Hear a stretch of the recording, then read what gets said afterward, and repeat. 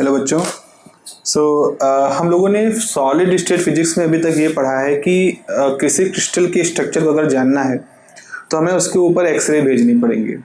X ray उस crystal structure से टकराएंगी और क्रिस्टल स्ट्रक्चर के अंदर के जो एटम हैं, जो एटॉमिक अरेंजमेंट है, जो इलेक्ट्रॉनिक चार्ज डेंसिटी है, उनसे वो एक्सरे स्कैटर्ड होंगी।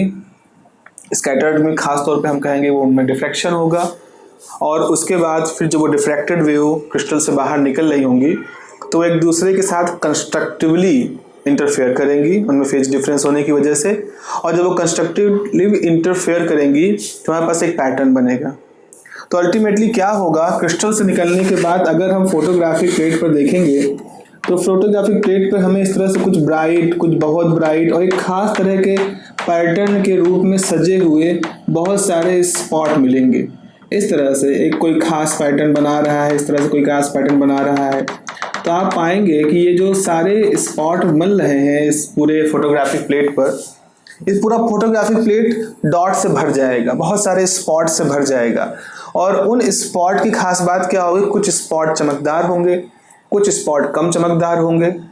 अब सवाल ये है कि आखिर इतने सारे स्पॉट जो यहाँ बने हैं वो और उनकी जो एम्पलीट्यूड है, मतलब जो ज़्यादा चमकदार हैं, जो कम चमकदार हैं, तो किसी की इंटेंसिटी ज़्यादा, किसी की इंटेंसिटी कम है, ये इस बात का निशानी है कि जब इस पे वेव गिरी होगी इंटरफेयर होने के बाद तो उसका एम्पलीट्यूड ज़्यादा था, स्कैटरिंग के बाद उसका एम्पलीट्यूड कम था, तो जो कम एम्पलीट्यूड का था वो हल्का सा स्पॉट बना होगा, जो ज़्यादा एम्पलीट्यूड का था वो ज़्यादा ब्राइट यहाँ पर स्पॉट बना होगा।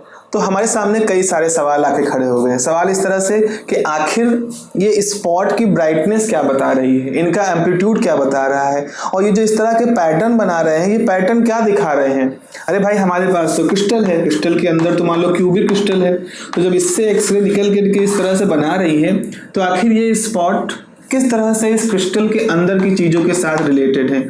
अब इसके अंदर कैसे एटम है, एक चीज प्रॉब्लम यहाँ समझिए। जैसे एक एटम है, रे गई, इससे टकराई होगी, फिर अगला एटम उससे टकराई होगी, फिर अगला एटम उससे टकराई होगी, फिर अगला एटम उससे टकराई होगी, तब बाहर निकली। बाहर निकल के उसने केवल एक स्पॉट बनाया, तो अंदर ही अंदर ये टकराई कई सारे एटमों से, लेकिन उसका स्पॉट बन रहा है एक ही। और ये फोटोग्राफिक प्लेट ये 2 डायमेंशनल एक फिल्म है, क्रिस्टल हमारा 3 डायमेंशनल फिल्म है। तो आखिर यहाँ जो कुछ भी बन रहा है इसको हम इस क्रिस्टल के साथ कैसे अटैच करें, ये सारे सवाल थे जिन सवालों की स्टडी हमें कुछ हद तक बेसिक लेवल पर जितना कर सकते हैं हम लोग करेंगे।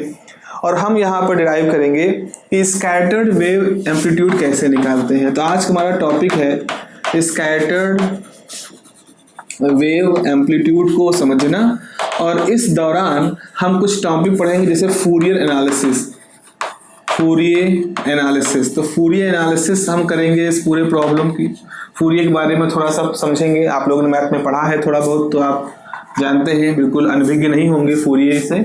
तो फूरियर एनालिसिस करेंगे, और यहीं पर जब फूरियर एनालिसिस करेंगे तो हम एक स्पेस की बात करेंगे जिसको हम फूरियर स्पेस कहेंगे। तो आखिर इस फूरियर स्पेस की क्या खास बात होगी। फिजिक्स में हम फूरियर स्पेस को एक अलग नाम से जानते हैं, खासतौर पर सॉलिड स्टेट में इसे हम कहते हैं रेसिप्रोकल स्पेस। तो रेसिप्रोकल स्पेस कोई बिल्कुल नया कॉन्सेप्ट बिल्कुल नहीं है। हाँ, सॉलिड के केस में ये थोड़ा सा एप्लीकेशन इसका बढ़ जाता है, और जो फूरियर स्पेस होता है उसी को हम रेसिप्रोकल स्पेस कहते हैं। और अगर हम एक बार रेसिप्रोकल स्पेस जान जाएंगे तो एक बार हम कोशिश करेंगे कि रेसिप्रोकल स्पेस में स्ट्रक्चर कैसे होते हैं, सिंपल क्यूबिक का, बॉडी सेंटर्ड क्यूबिक का और फेस सेंटर्ड क्यूबिक का। इतना अगर हम आज के लेक्चर में जान जाएं तो इसका मतलब हमने काफ़ी कुछ कवर कर लिया है। इतना हम कोशिश करते हैं इसको कवर करने की। चलिए, सबसे पहले तो हम पहला टॉपिक लिखते हैं। पहला टॉपिक हमारे पास यही है, स्कैटर्ड वेव एम्पलीट्यूड का कॉन्सेप्ट, इसके पीछे का बेसिक कॉन्सेप्ट क्या है उसको समझने की हमारी पहली कोशिश शुरू होती है। तो ज़रा लिखें इसके बारे में, बेसिक कॉन्सेप्ट जो है वो लिखें। The Bragg condition for x ray diffraction, the Bragg condition for X-ray diffraction with a given crystal is written as 2d sin theta is equal to n lambda। हमारे पास कोई क्रिस्टल है, उस पर हम लैम्डा वेवलेंथ की एक्सरे गिरा रहे हैं और फिर वो उसके साथ कुछ स्कैटरिंग एंगल वगैरह मिल रहा है। उनमें जो एटॉमिक प्लेन माने हैं उनके बीच की दूरी अगर d है तो आपका ये ब्रैग लॉ जो है वो वहां पर काम करता है। तो यहाँ आप लिखिए this condition suggested only the presence of, इस कंडीशन की बात कर रहे हैं, this condition suggested only the presence of interference condition,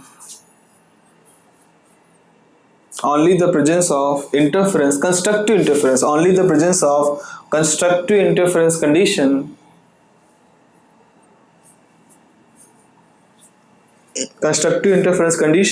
in the scattered waves from the crystal. Constructive interference condition in the conditions in the scattered wave from the crystal, but in the diffraction pattern जो मिलता है, but in the diffraction pattern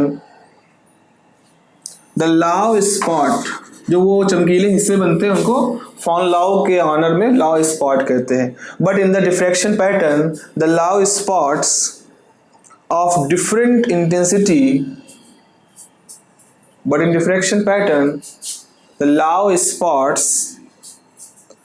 of different intensities are present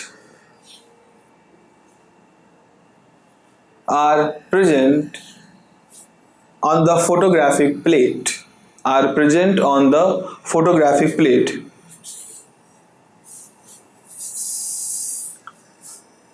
full stop.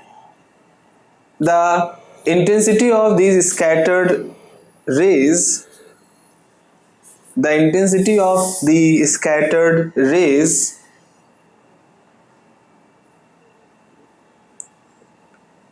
the intensity of these scattered rays is related with the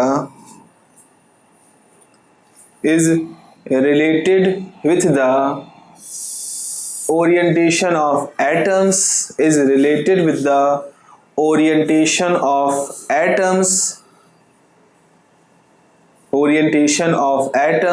in the unit cell,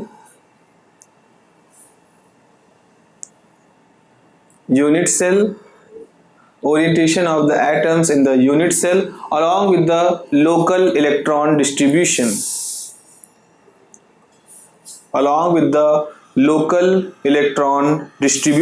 लिख लें, इसको भी समझा देते हैं जल्दी से। Local electron distribution, full stop. To know this electron distribution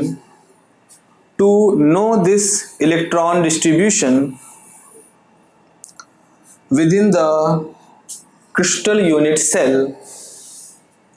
to know this electron distribution या charge distribution within the unit cell, the Fourier analysis is an important tool. The Fourier analysis is an important tool in X-ray crystallography,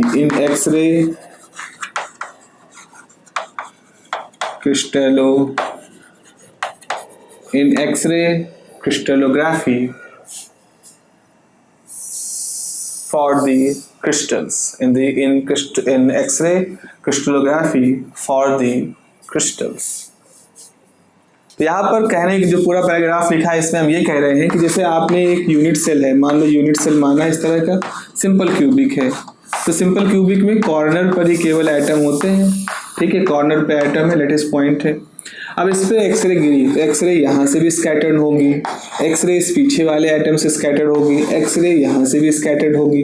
तो जो x ray scattered होकर जा रही, जो आगे interfere करके वो लार्ज स्पॉट बनाती है, उनमें इन एटम के डिस्ट्रीब्यूशन का असर पड़ता है कि एटम कॉर्नर पे ही है या एटम फेस पे, अगर फेस सेंटर्ड हो जाएगा तो फेस पे भी एटम होंगे, वो भी इसमें कंट्रीब्यूट करेंगे। एक तो फैक्टर ये हो गया, साथ ही साथ एक फैक्टर और ये होता है कि ये जो एटम है ये एटम भी हो सकते हैं, मॉलिक्यूल भी हो सकते हैं। अब ये एटम एटॉमिक रेडियाई इनकी ज़्यादा है या इनकी एटॉमिक रेडियाई कम है, इसका भी असर पड़ता है। आपने यहाँ पर कार्बन के एटम लिए तो उस हिसाब से होगा आपने मान लीजिए कि मैग्नीशियम का एटम रखा है यहाँ पर, तो मैग्नीशियम का एटॉमिक रेडियाई कार्बन से ज्यादा होता है। तो ना केवल एटमों के ओरिएंटेशन का यहाँ पर डिपेंडेंसी होती है, बल्कि साथ ही साथ उन एटमों के अंदर लोकलाइज्ड किस तरह, लोकलाइज होने का मतलब उस पर्टिकुलर जगह पर किस तरह से इलेक्ट्रॉन की डेंसिटी मौजूद है। अगर यहाँ आप कोई मॉलिक्यूल सोचें कि कोई कॉम्प्लेक्स मॉलिक्यूल है, तो मॉलिक्यूल में तो और सारे एटम जुड़े होंगे, वो पूरा मॉलिक्यूल यहाँ रखा है, यहाँ रखा है, यहाँ रखा है। तो इस तरह से हम ये सोच सकते हैं कि जो भी कुछ यहाँ से स्कैटरिंग हो रही है वो उस स्कैटरिंग में कौन कौन जिम्मेदार है। जो यूनिट सेल है इसके अंदर जो एटम कॉर्नर पे किस तरह डिस्ट्रीब्यूट है वो जिम्मेदार है। फिर उन एटमों के साथ किस तरह के चार्ज डिस्ट्रीब्यूशन जुड़ा है वो भी जिम्मेदार है। तो ये सारी चीजें मिला करके इस स्कैटरिंग एम्पलीट्यूड को कंट्रोल करती होंगी या उसको डिसाइड करती हैं। तो है सिंपल सी बात है, मतलब सिंपल कहने में हम कह रहे हैं, लेकिन है तो बड़ा कॉम्प्लिकेशन है इसके पीछे। चार्जों का भी कैसा डिस्ट्रीब्यूशन है, कैसा यूनिट सेल, ये सारी चीजें यहाँ पर हमारे साथ है। अब जब इस तरह की स्थिति आती है तो ये बड़ा कॉम्प्लिकेटेड लगता है, यार इसकी हम पढ़ेंगे कैसे, इसमें शुरू कैसे करेंगे, इसमें हम स्टडी कैसे करेंगे। तो ऐसी स्थिति से जूझते हुए एक जमाने में जोसेफ फूरिये जो थे उन्होंने तरीका खोजा था, बहुत बढ़िया तरीका था। उनका तरीका ये था, हम बहुत जल्दी से फूरिये के बारे में बात करें तो फूरिये कहना था कि अगर आपके पास इस तरह कोई पीरियोडिक वेव पैटर्न है, आप देख लो इसको हम टॉप हैट कहते हैं, स्क्वायर शेप की वेव है। तो फूरिये कहना था कि किसी भी तरह का पीरियोडिक स्ट्रक्चर, चाहे कैसा भी हो, चाहे मान लो इस तरह का पीरियोडिक स्ट्रक्चर है, ये तो और कॉम्प्लिकेटेड लग रहा है आपको, तो किसी भी तरह का पीरियोडिक होना चाहिए। पीरियोडिक स्ट्रक्चर जो होता है उस, चाहे इसको हम कहें चाहे इसको कहें, इस तरह के पीरियोडिक स्ट्रक्चर को हम अलग अलग फ्रीक्वेंसी और अलग अलग एम्पलीट्यूड की साइन कॉस वेव को जोड़ करके बना सकते हैं। ये बड़ा आश्चर्य करने वाला रिजल्ट है, लेकिन है बिल्कुल सही कि अगर आप इस तरह से बहुत सारी साइनोसॉइडल वेव लीजिए, साइन कॉस का एक ऐसा ग्राफ होता है। अब इसकी फ्रीक्वेंसी आप देख रहे हो, इसकी फ्रीक्वेंसी अलग, इसकी फ्रीक्वेंसी अलग है, इसका अगर बीच से देखें तो इसका एम्पलीट्यूड अलग है, इनका एम्पलीट्यूड अलग है। तो अगर हम बहुत सावधानी से चुनाव करें ऐसी बहुत सारी साइनोसॉइडल वेव का, और जिनका एम्पलीट्यूड भी हम सही से चुने, और जब वो सारी वेव एक साथ मिला देंगे तो हम चाहे तो इस तरह का पैटर्न बना सकते हैं, चाहे तो इस तरह का पैटर्न बना सकते हैं। तो फूरिये के एनालिसिस का मूल क्या था कि किसी भी तरह का पीरियोडिक स्ट्रक्चर हम इस तरह के अलग अलग फ्रीक्वेंसी एम्पलीट्यूड के साइन वेव से मिक्स करके बना सकते हैं। तो ये एक अपने आप में बड़ा अजीब सा और बड़ा आश्चर्य करने वाला लेकिन बिल्कुल सही रिजल्ट था। फूरिये की पूरी सीरीज, जब आप फूरिये सीरीज पढ़ते हो तो क्या करते हो, सीरीज का मतलब क्या है, आप सीरीज क्यों कह रहे हो, उसका यही मतलब है कि आप, जैसे आपने लिखा, मान लो कोई फंक्शन आपको बनाना है, ये फंक्शन कुछ है t जैसा, तो आप इसमें एक फंक्शन लेंगे मूल, फिर उसमें एक फंक्शन f1 जोड़ेंगे साइन ओमेगा 1t लेंगे, फिर एक दूसरा फंक्शन लेंगे f2 cos 2 ओमेगा t का ले लेंगे, फिर एक तीसरा फंक्शन लेंगे f3 साइन 5 ओमेगा t का ले लेंगे। तो आप कौन सा चुनाव करें कि उसको आप सोचो हिट एंड ट्रायल कर रहे हो। तो सपोज आपके पास एक ग्राफ है, तो आपने क्या किया कि जैसे आप कभी स्वेटर बुनते हुए देखो लोगों को, तो स्वेटर बुनने में कैसे वो लोग करते हैं, वो तरह तरह के डिजाइन उसमें बना सकते हैं। अब वो किस समय काले रंग का ऊन लगाना है, किस समय सफेद रंग का ऊन लगाना है, किस समय रोक देना है, फिर कब लगाना है। तो जो स्वेटर बुनने में महारथी लोग होते हैं उनको मालूम होता है। आपके लिए बड़ा अजीब सा लगेगा कि धागे कैसे आप फंसा रहे हो, फंसाते जा रहे हो अलग रंग के, और जब स्वेटर बन के तैयार होता है तो उसमें तरह तरह की डिजाइन होती है, तरह तरह के पैटर्न बना सकते हैं। तो बस कुछ वैसा ही कुछ है, वो आपकी स्किल पे डिपेंड करता है ना, आप स्किल है। तो वैसे ही कुछ है, अगर आप साइनोसॉइडल वेव को अलग अलग प्रोपोर्शन मिलाते जाओ तो आप किसी भी तरह का पीरियोडिक स्ट्रक्चर क्रिएट कर सकते हो। ये फूरिये एनालिसिस, ये फूरिये सीरीज की सबसे मजबूत बात है। और फूरिये ट्रांसफॉर्म में क्या होता है, फूरिये ट्रांसफॉर्म, एक तो फूरिये सीरीज है, एक फूरिये ट्रांसफॉर्म भी होता है। हालांकि दोनों फूरिये की ही चीजें जुड़ी हुई हैं। फूरिये ट्रांसफॉर्म में क्या होता है, अगर हमारे पास कोई इंफॉर्मेशन x में है, x इज सम डिस्टेंस, तो फूरिये ट्रांसफॉर्म के द्वारा हम उसकी जानकारी 1/x में कन्वर्ट कर सकते हैं। कोई जानकारी हमारे पास टाइम में है तो हम उसको 1/t में कन्वर्ट कर सकते हैं। ये खास बात है। कोई जानकारी लैम्डा में है तो उसको हम 1/λ में कन्वर्ट कर सकते हैं। लेकिन चूंकि फूरियर सीरीज, फूरियर ट्रांसफॉर्म, इन सब में पीरियोडिसिटी का बहुत बड़ा रोल होता है। ये सारा खेल पीरियोडिसिटी का है। इसलिए जब हम किसी क्वांटिटी को फूरियर ट्रांसफॉर्म करते हैं तो हमारी क्वांटिटी लैम्डा से 1/λ में चली जाएंगी। तो अब अगर आप कहो ये एक अलग सेट है तो ये एक दूसरा सेट है, क्योंकि इसकी क्वांटिटी लैम्डा है जिसकी 1/λ, इसकी x है तो इसकी 1/x, इसकी t है तो इसकी 1/t। तो इसको अगर हम कहें कि ये हमारे रियल वर्ड की क्वांटिटी है, रियल सेट है, तो इस वाले ये जो क्वांटिटी है जो रेसिप्रोकल होके आ रही हैं, इनको हम फूरियर सेट कहेंगे। फूरियर सेट, या अगर हम अलजेब्रिक भाषा में बात करें इसे हम कहेंगे ये फूरियर स्पेस की क्वांटिटी है। और ये कैसी थी? रियल स्पेस की क्वांटिटी। क्योंकि हमेशा हम फूरियर जब करते हैं तो हम पीरियोडिसिटी को ध्यान रखते हैं, और पीरियोडिसिटी को अश्योर करने के लिए कि हाँ पीरियोडिसिटी मैथमेटिकली दिखे, हम इन सारी क्वांटिटी को 2π से मल्टीप्लाई कर देते हैं। इसको हमेशा 2π से मल्टीप्लाई कर देंगे। 2π से क्यों?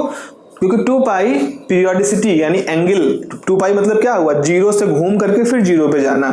तो इस चीज को अश्योर करने के लिए हमेशा 2π को यहाँ मल्टीप्लाई कर देते हैं। इसीलिए आप कभी फूरियर ट्रांसफॉर्म करते होंगे तो आपने देखा होगा कुछ इंटीग्रल में 1/2π करते हैं, कुछ में 2π करते हैं, हाफ डोमेन, फुल डोमेन। तो वो उसके पीछे के मैथमेटिक्स का कारण यही होता है। अब खुद ही देखो, अगर जानकारी लैम्डा में है तो फूरियर ट्रांसफॉर्म करोगे तो 2πλ हो जाएगा, और 2πλ को हम क्या कहते हैं? k, यानी वेव वेक्टर। अगर जानकारी t में है और 2π/t हो जाएगा तो 2π/t क्या होता है? ओमेगा। तो फूरियर ट्रांसफॉर्म की खासियत क्या होती है? वो टाइम की जानकारी को ओमेगा में कन्वर्ट कर देता है, वो वेवलेंथ की जानकारी को वेव नंबर में कन्वर्ट कर देता है। इस तरह से फूरियर ट्रांसफॉर्म, इसलिए इसको ट्रांसफॉर्म कहते हैं कि वो एक स्पेस की जानकारी एक दूसरे स्पेस में कन्वर्ट कर देता है। तो फूरियर में अगर यहाँ पे डिस्टेंस l है, इसकी डिस्टेंस अगर l है, तो फूरियर ट्रांसफॉर्म करके फूरियर स्पेस में उसकी डायमेंशन कितनी हो जाएगी? 1/l। यहाँ अगर इसकी डायमेंशन t है तो फूरियर स्पेस में इसकी डायमेंशन हो जाएगी 1/t।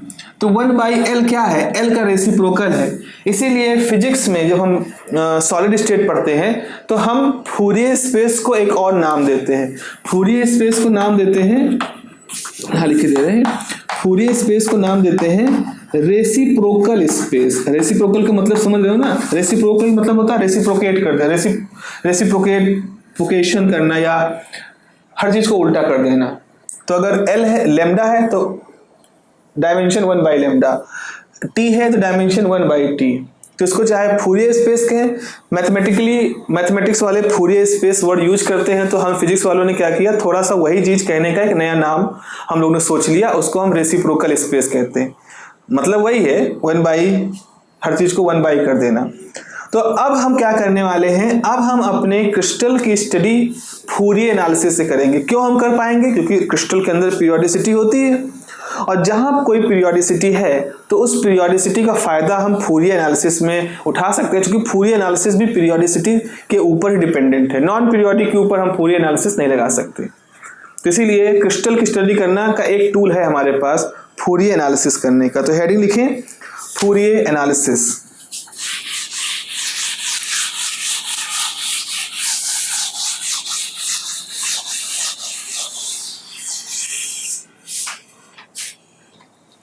हेडिंग लिखेंगे फूरियर एनालिसिस। फूरियर एनालिसिस क्या है? इसमें लिखें, the basic concept of periodic behaviour, the basic concept of periodic behaviour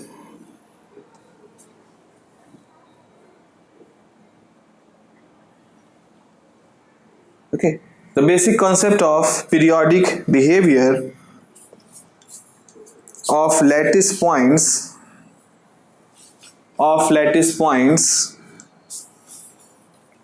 in crystal structure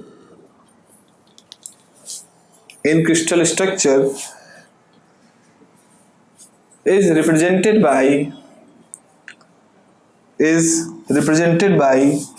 a translational vector,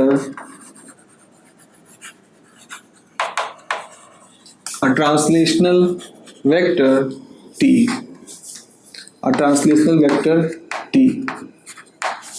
in 3D case,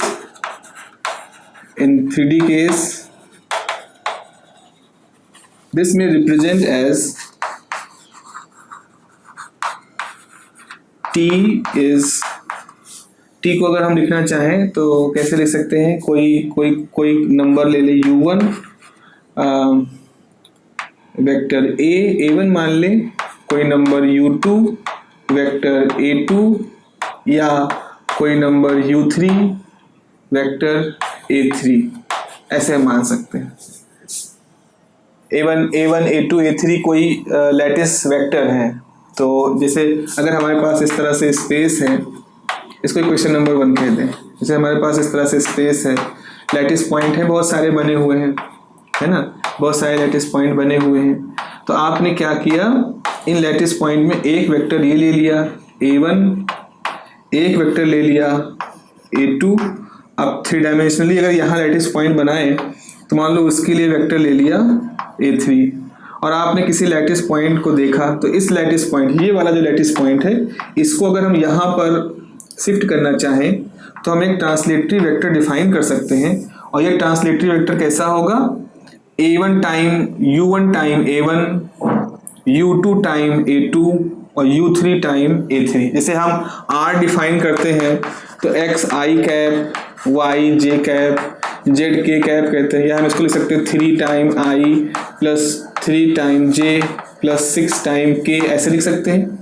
तो बस वैसे ही हमने लिखा, यहाँ unit vector i j k है, तो यहाँ हमारे unit vector a1 a2 a3 है, यहाँ नंबर a1 a2 a3, यहाँ नंबर u1 u2 u3 है, यहाँ नंबर 3 3 6 है। तो वैसे ही हमने यहाँ पर लिख दिया है। बना लीजिए इसको हम मान लें figure number 1।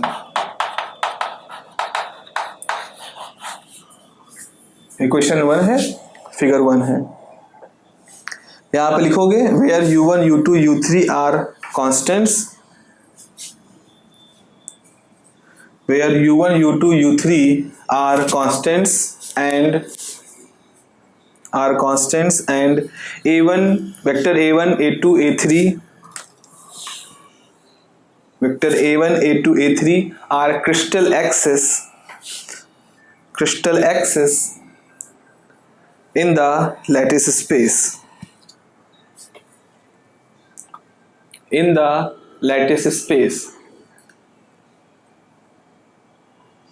full stop.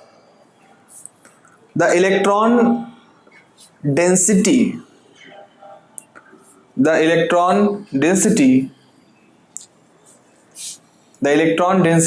at any location,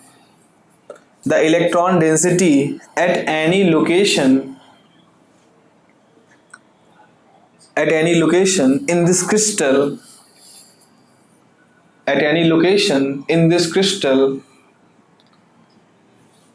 is also consistent with translational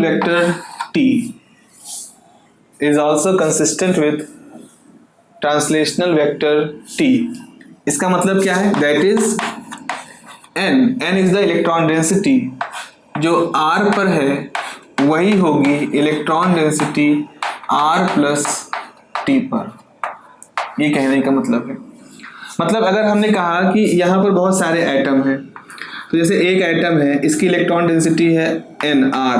अब r कैसे है, मान लो कि ऐसे सोचो कि ये सोचो यहाँ पर ये ओरिजिन है, ये ओरिजिन आपने ले लिया, ये एक एक्सिस है, दूसरी एक्सिस है। तो यहाँ पर कोई इलेक्ट्रॉन देखा, यहाँ पर कोई एटम है, उसकी अपनी डेंसिटी है, तो उस एटम में मान लो 16 इलेक्ट्रॉन है और डिस्ट्रीब्यूटेड है। तो यहाँ इस r डिस्टेंस पर 16 इलेक्ट्रॉन है। आपने इसको, ये तो r डिस्टेंस था, आपने इसको ट्रांसलेट कर दिया आगे t वेक्टर से, तो अब ओरिजिन से पूरी दूरी कितनी हो गई, r प्लस t। लेकिन यहाँ पर भी वही एटम मिलेगा, तो जो 16 इलेक्ट्रॉन का एटम यहाँ मिला था वही 16 इलेक्ट्रॉन का एटम यहाँ मिलेगा, और यहाँ पर भी इलेक्ट्रॉन डेंसिटी वही होगी, जो nr पे थी वही nr प्लस t पे होगी। तो यही तो हम कह रहे हैं पीरियोडिसिटी का मतलब क्या हुआ। पीरियोडिसिटी का मतलब है जैसी स्थिति यहाँ थी वैसी स्थिति यहाँ, वैसी स्थिति यहाँ, वैसी यहाँ, वैसी यहाँ, और ऐसे आगे भी, और ऐसे नीचे भी, ऐसे ऊपर भी, ऐसे आगे भी, पीछे भी, दाएं बाएं, हर तरफ। यही तो पीरियोडिसिटी और सिमेट्री का मतलब है। तो यही चीज आपने लिखा, एन आर जो है it is equal to N R plus T. तो यहां पर हम देख रहे हैं कि टी एक पीरियोडिसिटी है, एक पीरियोडिसिटी है। टी हर टी डिस्टेंस पे आपको वही चार्ज मिलेंगे, वही चार्ज डिस्ट्रीब्यूशन मिलेगा। तो वही आपने लिखा है। यहां पे लिखें this type of periodic analysis, this type of periodicity, not periodic analysis, this type of periodicity is very suitable for, this type of periodicity is very suitable for Fourier analysis, is very suitable for Fourier analysis, full stop। For simplicity, अब हम एक simplicity ऐसा कहते सोचते हैं, हम ये मानते हैं कि हमारे पास सारे एटम हैं केवल एक्स डायरेक्शन में। वैसे तो 3 डायमेंशनली आर यूज करना चाहिए, लेकिन हम सिंप्लिसिटी के लिए सोचे सारे एटम एक्स डायरेक्शन में अरेंज हैं। तो ये सारे एटम हैं जो एक दूसरे से ए दूरी पर हैं और किस दिशा में अरेंज हैं, ये सारे के सारे एक्स डायरेक्शन में अरेंज हैं। अभी डायग्राम बनाएंगे, इसको मत बनाइएगा, थोड़ा ठीक से डायग्राम बनाएंगे। तो यहां पे लिखो अगले पैराग्राफ से, for simplicity consider the periodic nature, for simplicity consider the periodic nature along x axis, consider the periodic nature along x axis only. For simplicity, consider the periodic nature along x-axis only, which means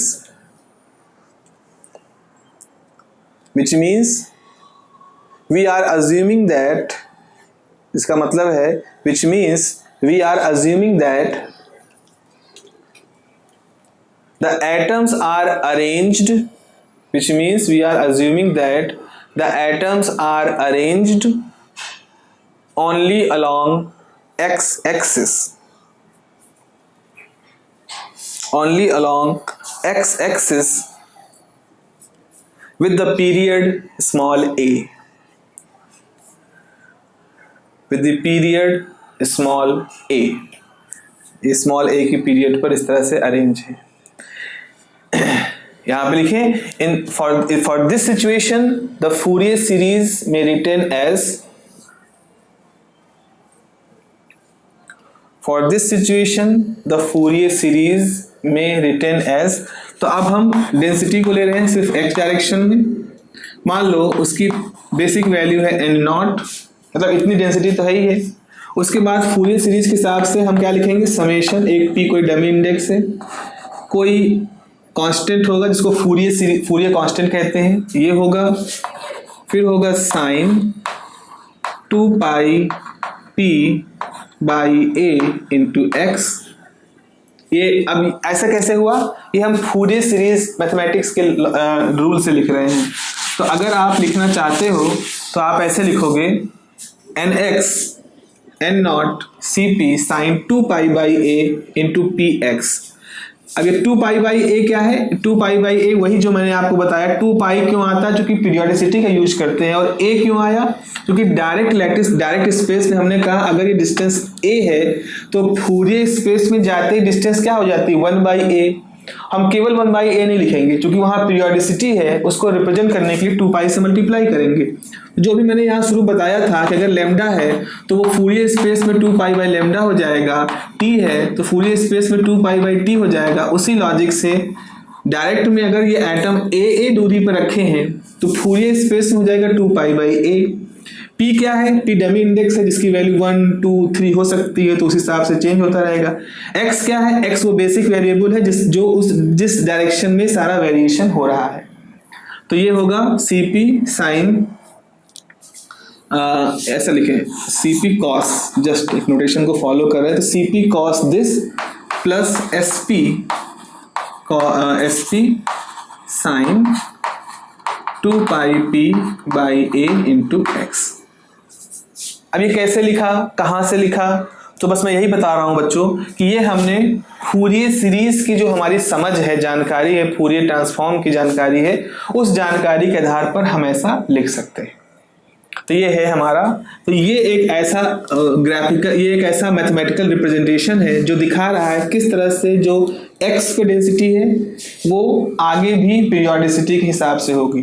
तो हम कह रहे हैं अगर ये आपने सही लिखा है, अगर आप ये कहते हो कि सर आपने ये जो भी लिखा अगर सही लिखा है, तो इसका मतलब है अगर हम nx की जगह पर nx प्लस a रख दें, जैसे ये लॉजिक क्या है, nr वही है जो nr प्लस t है, तो अगर आपकी बात सही है तो nx वही होगा जो nx प्लस a होगा।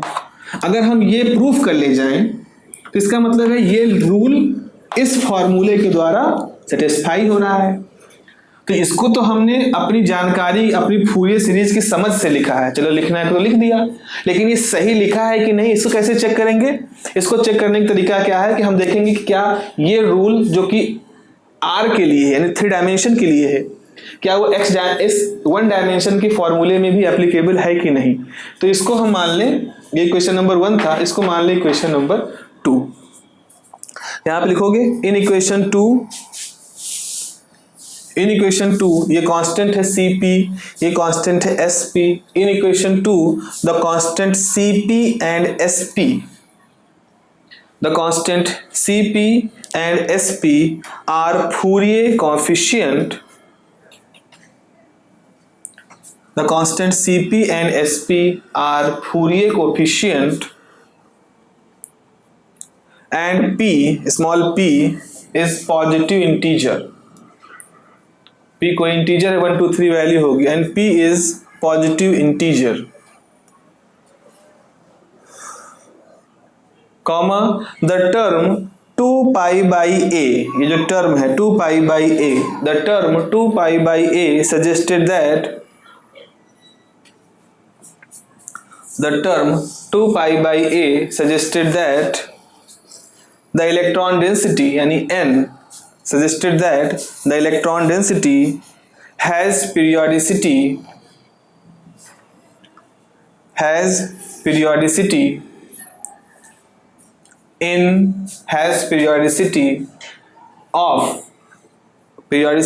of period A,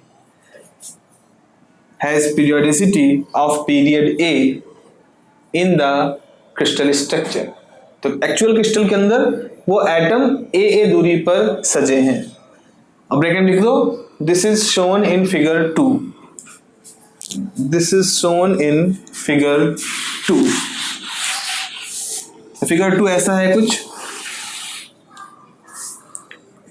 मान लें ये इलेक्ट्रॉन डेंसिटी है, तो हमारी कुछ इलेक्ट्रॉन ऐसे हैं यहाँ पर है, बस ऐसे फिगर बना दिया आपने, ठीक है। तो ये कहाँ, ये कितना, ये दूरी कितनी है, ये पूरी दूरी है a, फिर वही इलेक्ट्रॉन डेंसिटी यहाँ पर भी है ऐसे, ये भी हो गया a, फिर इलेक्ट्रॉन डेंसिटी यहाँ पर भी है, ये हो गया a, ऐसे इलेक्ट्रॉन डेंसिटी यहाँ पर भी है a।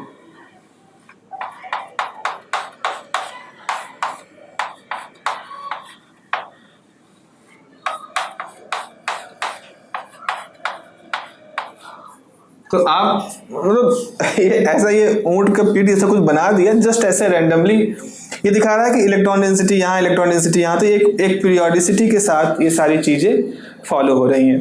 तो ये कहाँ है, ये एक्चुअल क्रिस्टल में है, ये हमारे रियल क्रिस्टल की बात है, ये सारा कुछ रियल क्रिस्टल में है। अगर हम इसका फूरियर स्पेस में देखेंगे तो फूरियर स्पेस में क्या होगा, हमारे पास एक पॉइंट, तो ये तो ओरिजिन है, एक पॉइंट यहाँ होगा, ये होगा 2 पाई बाई a, ठीक है।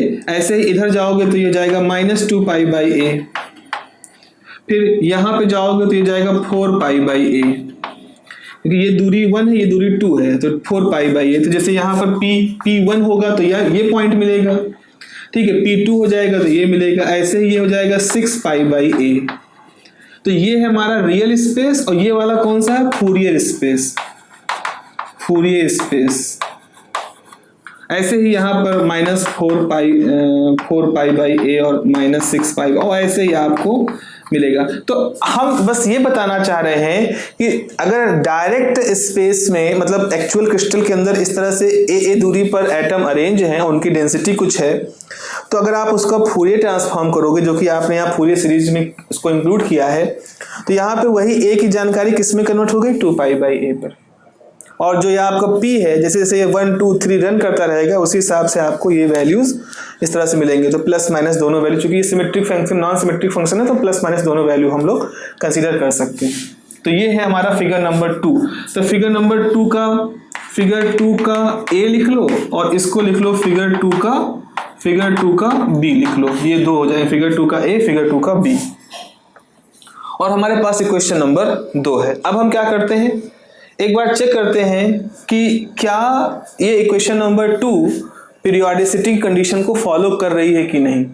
क्यों चेक करना चाह रहे हैं, क्योंकि हमने लिख दिया, आपने हम पे विश्वास करके मान लिया, लेकिन हमें कोई सबूत देना पड़ेगा कि नहीं जो मैंने लिखा है ये सही लिखा है, क्योंकि ये इस कंडीशन को सेटिस्फाई करना जरूरी है। तो यहाँ पर लिखें to confirm the validity of equation 2, to confirm the validity of equation 2, consider the expression of function nx plus a। Consider the expression of function nx plus a। चलो nx plus a फंक्शन का हम consider करते हैं क्या होगा। तो उसके लिए क्या करना पड़ेगा, nx प्लस a करना पड़ेगा। तो ये तो n नॉट ही रहेगा क्योंकि यहाँ x तो था नहीं। ये हो जाएगा summation over p cp cos 2πp, इसको हम बीच वाला ब्रैकेट लगा दें, x plus a by a plus sp sine 2πp x plus a by a, ये कर दिया आपने।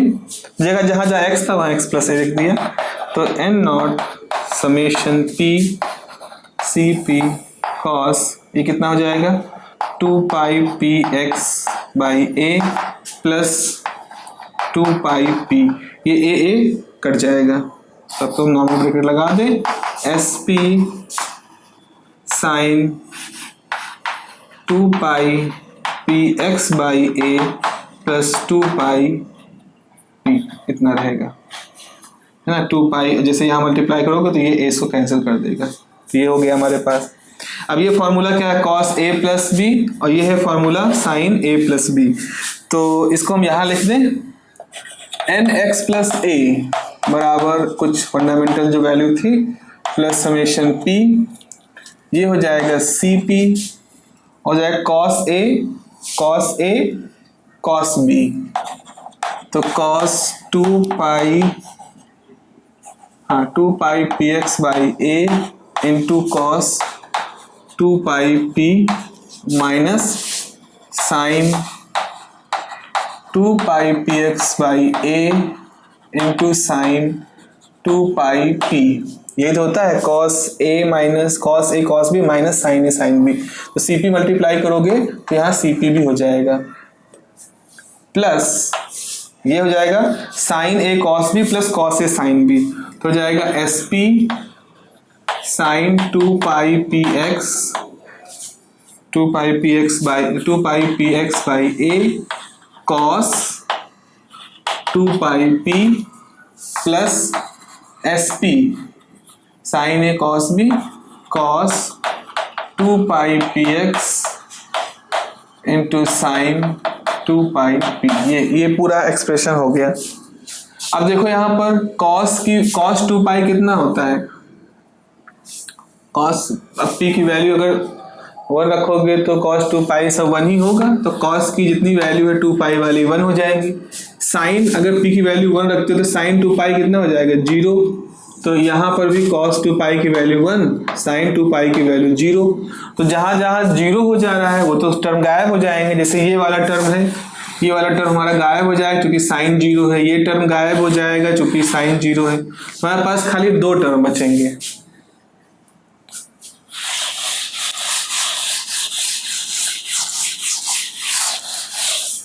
तो हमारे पास बचेगा एन एक्स प्लस ए बराबर N naught summation P C P cos 2 pi P x by a 1 हो गया, plus S P sine 2 pi P x by a cos हो गया। और ये एक्सप्रेशन क्या था, यही तो था N x.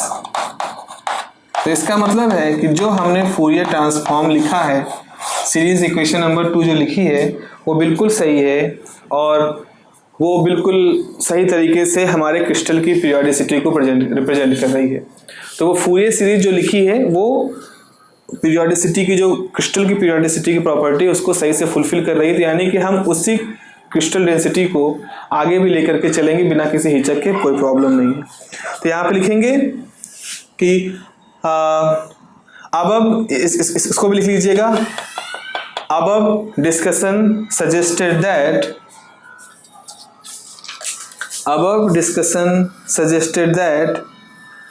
The Fourier series यानी equation 2, the Fourier series bracket में लिखो equation 2 correctly represented the charge distribution in the crystal structure, correctly represented the charge distribution in crystal structure, full stop. In equation 2 the term 2 pi by a, in equation 2 इसे यहाँ लिखिएगा 2 pi by a, in equation 2 the term 2 pi by a correspond to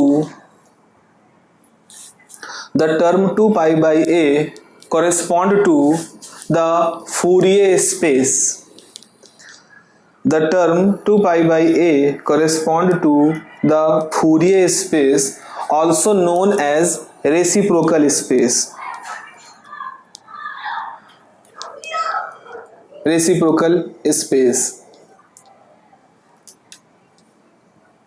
Full stop. In reciprocal space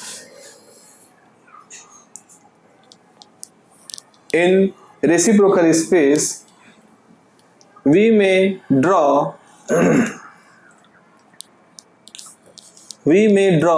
reciprocal points।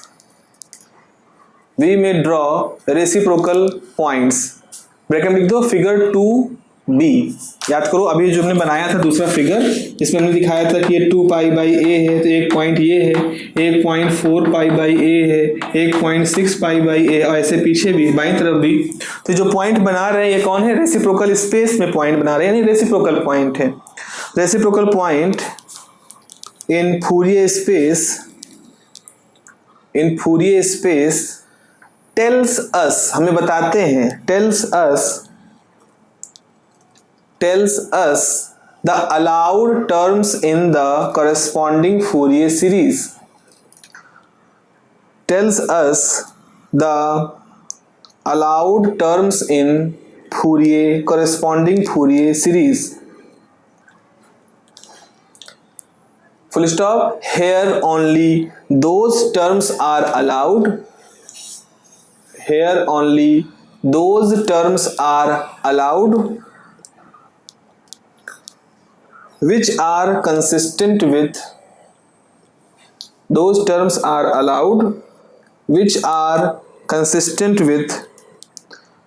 the periodic nature of crystal,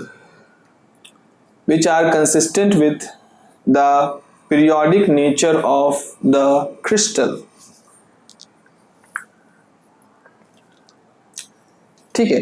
अब इन mathematically equation 2 में written as, mathematically equation 2 में also be written as, mathematically equation 2 में also be written as, कैसे लिख सकते हो, हमारा ये था सीरीज। अब देखो यहाँ कॉस का टर्म है, यहाँ साइन का टर्म है, तो हम मान लो इनमें से किसी एक टर्म के लिए इंटरेस्टेड हैं सपोज, तो हम क्या करते हैं, मालूम है अगर e की पावर i थीटा है तो वो cos थीटा होता है प्लस i sin थीटा होता है। अगर हम साइन में इंटरेस्टेड हैं then we will consider this, अगर हम कॉस में इंटरेस्टेड हैं then we will consider the real part. इस बेसिक सी नॉलेज है। अगर हम एक्सपोनेंशियल के साथ चले तो हम उसका रियल पार्ट अगर करेंगे तो हम कॉस के टर्म पाएंगे, अगर हम उसका इमेजिनरी पार्ट देखे चले तो हम साइन के टर्म पाएंगे।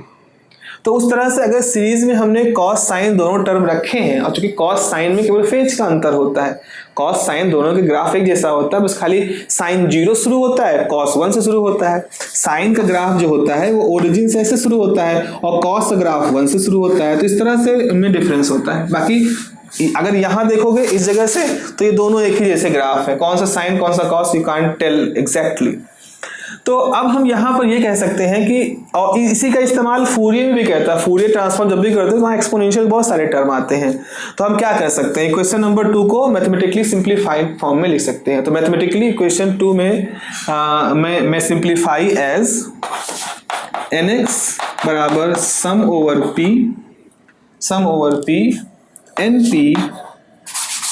np exponential i 2 pi by a x into p या p इंटू x, इसको हम ऐसे लिख सकते हैं।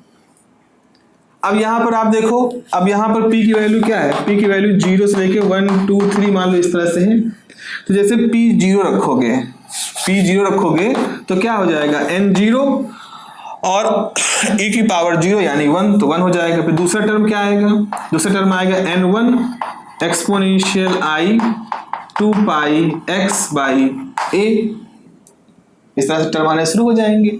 आप तीसरा टर्म रखोगे, चौथा टर्म n की वैल्यू को चेंज करते जाओगे। तो इसीलिए हमने क्या किया कि अपने उस इक्वेशन नंबर 2 को कॉम्पैक्ट फॉर्म में लाने के लिए इस तरह से लिख दिया। यहाँ पे जो p हमारा इंटीजर है अब वो 0 से चल रहा है, 0 से चलने की वजह से ये पहला टर्म भी वहां पर आ जाएगा। ठीक है, ये इसकी वैल्यू है। तो यहाँ पे लिखोगे here p is the dummy index, इसको डमी इंडेक्स कहते हैं जो रन करता है। p is the dummy index with value 0, तो ये हो गया इक्वेशन नंबर 3 विथ वैल्यू 0, और ये हो गया इक्वेशन नंबर 3। अब हम इसको जनरलाइज करना चाहते हैं। ये तो इक्वेशन, ये तो x में था, ऐसे y के लिए लिख सकते हो, ऐसे z के लिए लिख सकते हो। अब हम इसको लिखना चाहते हैं एक जनरल फॉर्म में। सपोज जैसे मान लो, देखो मान लो हमने एक इक्वेशन, एक वेक्टर लिखा g की वैल्यू है 2 pi by a i cap, 2 pi by a j cap, 2 pi by a k cap. क्यों हम 2 पाई बाई a कह रहे हैं, क्योंकि रेसिप्रोकल स्पेस या फूरियर स्पेस की बात है, ऐसे लिख दिया। r लिखा कुछ यूनिट है i cap, j cap, k cap, मान लो ऐसे लिखा। या हम ऐसे लिखें r बराबर p time i, p time y, p time z, कोई नंबर है ना, 1 2 3 1 ही है अगर मान लो तो 1 की वैल्यू यहाँ पे p है, यहाँ p है, यहाँ p है। अब प्यारो जरा इनका डॉट प्रोडक्ट लो क्या होगा, तो g डॉट r क्या होगा, देखो सीधे यही करते हैं। तो i डॉट i क्या आएगा, i डॉट i आएगा 2 pi by a into p, यही आ जाएगा। अच्छा x लाना चाहते हैं, हाँ x ला सकते हैं। x लाने के लिए हम क्या करेंगे, यहाँ x से मल्टीप्लाई कर दें, यहाँ y से मल्टीप्लाई कर दें, यहाँ z से कह दें, मतलब हम इसके जैसे लाना चाहते हैं। तो जैसे आप करोगे तो 2 पाई g से आ गया और px जो है वो यहाँ से आ गया। अगर p की वैल्यू 1 है तो सिर्फ x रह जाएगा। तो इस प्रकार से अगर हम इस पूरे इक्वेशन नंबर 3 को वेक्टर फॉर्म में कन्वर्ट करेंगे, चूंकि 3 डायमेंशन में जाएंगे तो x y की जगह पे r लिखना पड़ेगा। तो उसी हिसाब से 2 पाई बाई a के लिए भी 2 pi by a i, 2 pi by a j, 2 pi by a k लिखना पड़ेगा भाई रेसिप्रोकल स्पेस में। तो इक्वेशन नंबर 3 को अगर हम 3 डायमेंशनली अगर इसको कन्वर्ट करें तो कैसे लिखा जाएगा, उसको आप लिखिए। इक्वेशन नंबर 3 के बाद लिखिए द इक्वेशन 3 में also be extended, the equation 3 में also be extended from 1 dimension to 3 dimension. Equation 3 may also be extended from 1 dimension to 3 dimension and the relation becomes n, r हो गया, is sum over, अब हम यहाँ पर कोई dummy index यहाँ पे g कर दें और यहाँ ng कह दें, यहाँ एक्सपोनेंशियल i कह दें, यहाँ वेक्टर g कह दें, यहाँ वेक्टर r कह दें। अब जब हमने बदल दिया हर चीज तो हमने कुछ नए इंडेक्स निकाल लिए g। अब यहाँ पर एक वेक्टर g है, जैसे यहाँ वेक्टर p था तो यहाँ इंडेक्स p रन कर रहा था, अब यहाँ हमने कोई वेक्टर g लिख दिया तो ठीक है, हमने उसी हिसाब से अपना इंडेक्स चेंज कर दिया। अब खास बात क्या है, g वेक्टर है कैसी स्पेस का, जहाँ 2π/1 इंटर में बातचीत चलती है, और 2π/1 इंटर में बातचीत कहाँ चलती है, रेसिप्रोकल स्पेस में। तो हम कहेंगे कि g हमारा वेक्टर है कहाँ, रेसिप्रोकल स्पेस का। और t हमने वेक्टर कहाँ लिखा था, t हमने रखा था रियल स्पेस, जो क्रिस्टल की दूरी, क्रिस्टल के अंदर जो स्पेस, क्रिस्टल के लिए जो स्पेस एग्जिस्ट करता है। तो यहां पर आपने इस पूरी क्लास में एक नई चीज समझी कि जो रेसिप्रोकल स्पेस होता है वो फूरियर स्पेस होता है, वहां सारी जानकारी 2π डिस्टेंस के टर्म में होती है, इसीलिए उसको हम फूरियर स्पेस कहते हैं। और उस फूरियर स्पेस या उस रेसिप्रोकल स्पेस में भी हम वेक्टर डिफाइन कर सकते हैं, जिस वेक्टर को हम g के रूप में लिखते हैं। तो g is the reciprocal lattice vector. जैसे डायरेक्ट लैटिस वेक्टर में t होता है, वैसे रेसिप्रोकल स्पेस में हम एक वेक्टर डिफाइन कर सकते हैं g। तो यहाँ पे लिखें, इतना लिखने के बाद here g is vector in reciprocal space, here capital G is a vector in reciprocal space just like the vector t, just like the vector t in real space or direct lattice space, just like vector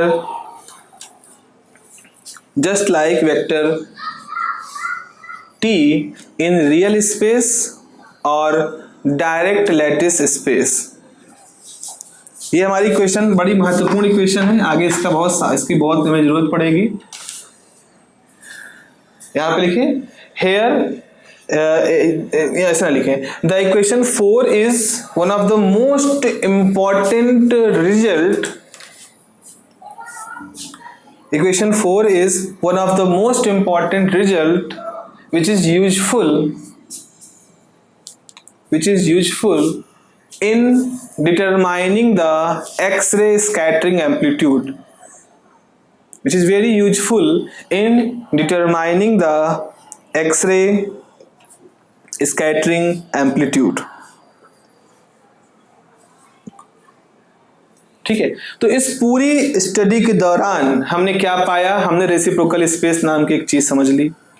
अब ये समझो, reciprocal space वास्तव में कोई space नहीं होता है, real, जैसे अभी जहां खड़े हैं ये रियलिटी है, ये रियल चीजें हैं। इस रियल चीज में हम यहाँ पर एक डॉट बना करके कुछ दूरी नाप सकते हैं, लेकिन जब हम फूरियर स्पेस की बात करते हैं तो फूरियर एनालिसिस पूरी तरह से एक मैथमेटिकल एनालिसिस है। उस मैथमेटिकल एनालिसिस से फिर हम कुछ क्वांटिटी क्रिएट करते हैं, उन क्वांटिटी का एक सेट बना सकते हैं। तो वो जो होगा वो एक मैथमेटिकल कॉन्सेप्ट है, वो एक मैथमेटिकल कॉन्सेप्ट है पूरी तरह से।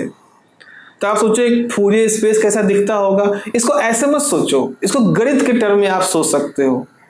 हालांकि लोगों ने इसको बनाने का प्रयास किया था, एवॉल्व कंस्ट्रक्शन वगैरह कुछ लोगों ने इसको बनाने का प्रयास किया था, लेकिन फिर भी सबसे कन्वीनियंट ये तरीका होता है कि हम इनको एक मैथमेटिकल फॉर्म में ही सोचें। जैसे हमने कहा वेक्टर स्पेस, अब आप सोचो वेक्टर स्पेस कैसे बना होता होगा। आप बस ये मानो कि वेक्टर स्पेस एक सेट है जहां बहुत सारे वेक्टर अवेलेबल हैं। उन वेक्टरों को हम आड़ा टेढ़ा जोड़ेंगे तो दो वेक्टर जोड़ोगे, एक एंगल पे एक नया वेक्टर निकल आएगा, और वो वेक्टर भी वहां मौजूद होगा कहीं ना कहीं। तो हमने कहा भाई हमारे पास, सोचो हमारे पास एक ऐसी बास्केट है जहां बहुत सारे वेक्टर हैं, किन्हीं दो वेक्टर को उठाया, जैसे ये वेक्टर उठाया, ऐसे जोड़ा, तो जैसे ऐसे जोड़ा तो पता चला कि इसमें एक ये जो चीज है इसका जोड़ एक नया वेक्टर आ गया, तो ये व्हाइट कलर का नया वेक्टर है, इस तरह से आया। फिर हमने जरा अपने डिब्बा खोला, मान लो हमारा डिब्बा है, हमने इसमें खंगाला तो देखा कि हाँ भाई जितने बड़ा वेक्टर ये आया है उतना बड़ा वेक्टर हमारे पास मौजूद है। तो जो इन दो वेक्टरों का सम या डिफरेंस जो भी आया, जो आना चाहिए, वो हमारे इस बॉक्स के अंदर मौजूद है। तो हमारा जो ये स्पेस है कंप्लीट है, तो हम कहेंगे कि हमारा वेक्टर स्पेस कंप्लीट है।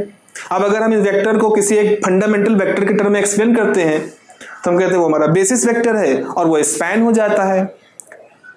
तो इस तरह से हम मैथमेटिकली इसको सोचना शुरू करें। हर चीज को आप चित्र के रूप में देखने में आपको दिक्कत होगी, थोड़ा सा उसको मैथमेटिकली एब्स्ट्रैक्टनेस के साथ सोचना शुरू करो। एब्स्ट्रैक्टनेस को, एब्स्ट्रैक्ट अलजेब्रा को एब्स्ट्रैक्ट कहते हैं इसीलिए बिकॉज इट इज एब्स्ट्रैक्ट। उसकी सबसे अच्छी ब्यूटी उसके एब्स्ट्रैक्टनेस में ही है।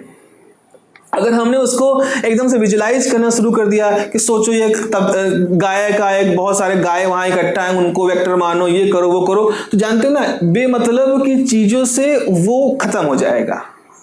हमें उसको वैसे ही स्वीकार करना है।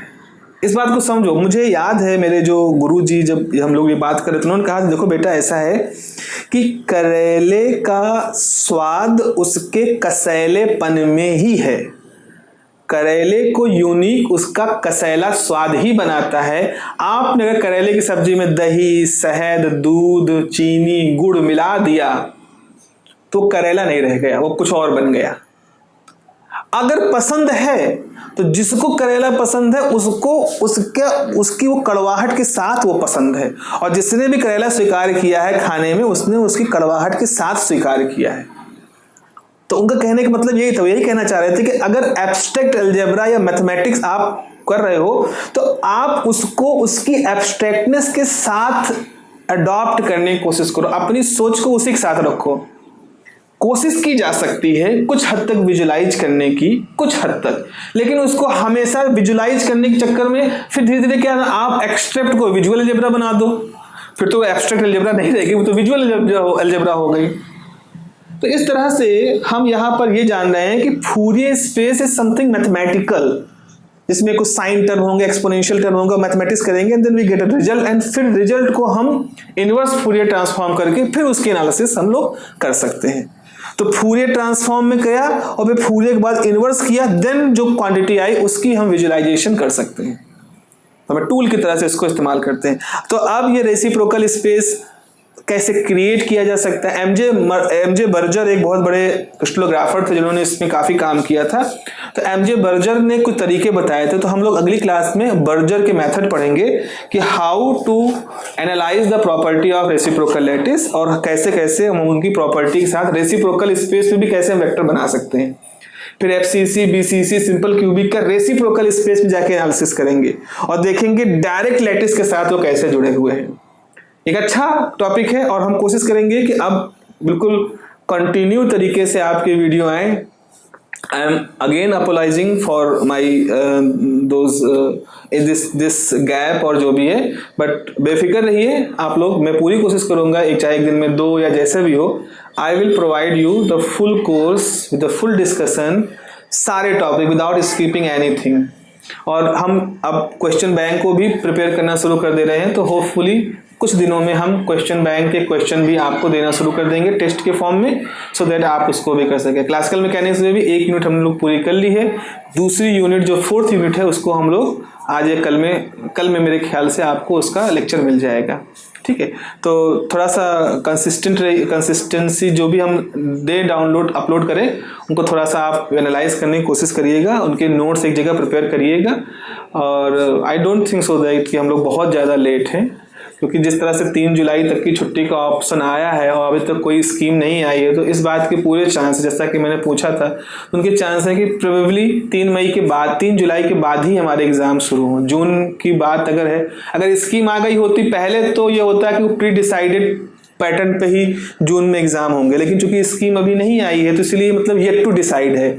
सो उनका भी कहना था मोस्ट प्रोबेबली हम 3 जुलाई के बाद अपने एग्जाम की स्कीम देखेंगे और उसके बाद हम एग्जाम देखेंगे। क्योंकि एमसीक्यू एग्जाम होना है तो उनको रिजल्ट निकालने में कोई दिक्कत नहीं होगी, 2 दिन का समय लगेगा, वो सारे पेपर स्कैन करके वो तुरंत निकाल देंगे। लेकिन हम ये नहीं सोच रहे हैं कि हम 3 जुलाई पा गए हैं तो करेंगे। I will try to cover this thing in the as soon as possible without committing any date. ठीक है बच्चों, चलो फिर नेक्स्ट क्लास में इसको हम लोग आगे बढ़ाते हैं।